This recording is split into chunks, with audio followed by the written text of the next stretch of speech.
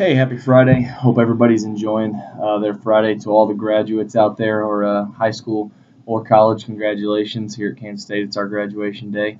I know some were last week, some were the upcoming week. It's a huge accomplishment, and I want to congratulate all of you that make that accomplishment. I haven't had a rant in quite some time due to a lot of travel. Got a quick one today that I just happened to see over the last 2 or 3 months and really want to think about it, and that is, don't be, to all of the fitness enthusiasts, to all the coaches out there, don't be fooled by speed.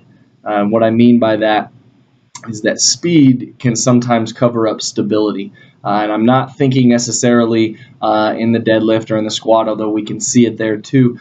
Start thinking some of your auxiliary exercises. The exercises that I love to look at are our single leg reach, our single leg RDL, something like a reverse fly, or I call a T. You see guys, especially at the end of range, they will speed up and almost bounce in and out of the movement.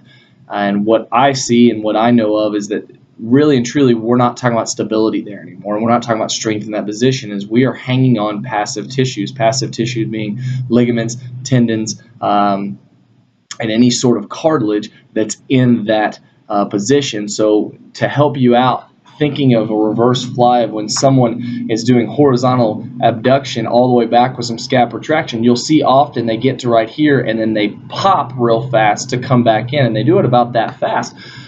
And the reason we don't want that is that's not actual stability and end range of motion. And at Coachman Strength, we're all about training towards our end range of motions. And I say our because every athlete is different. And it's a huge deal to us because it's at the base level, it's injury prevention. Well, if we're not actually training at their end range and we're not actually adding stability at their end range, then we're not actually adding injury prevention. And so the way that we like to train, and the kind of our method or our solution to it, is that we'll use tempos. One of my favorite things to do with auxiliary exercises or very small exercise, especially with the shoulder hip, is just 10 seconds by 10 seconds, meaning that we're only going to do 2 or 3 reps, but each rep we're going to go 10 seconds on the descent or ascent, and then the vice versa, we're going to go 10 seconds on the way up. You don't have to use a lot of weight, and suddenly you can identify when somebody is unstable, and you'll find out real fast because they try to speed up at those unstable positions. So then you can do some training all throughout the range of motion. Think of somebody that does a squat that may be unstable in their hip, and when they get to the bottom, they bounce or they plummet out. Now, some Olympic weightlifters that are at the elite levels, that's okay. They do this on a daily basis. But a high school athlete or a novice athlete, an adolescent athlete, that's not something we want. We want them in a controlled state. So like I said, we'll use 10 by 10, we'll use tempos, we'll use pauses, all of those different exercises. We are not concerned if they're having to bounce or go fast. That's not something we want.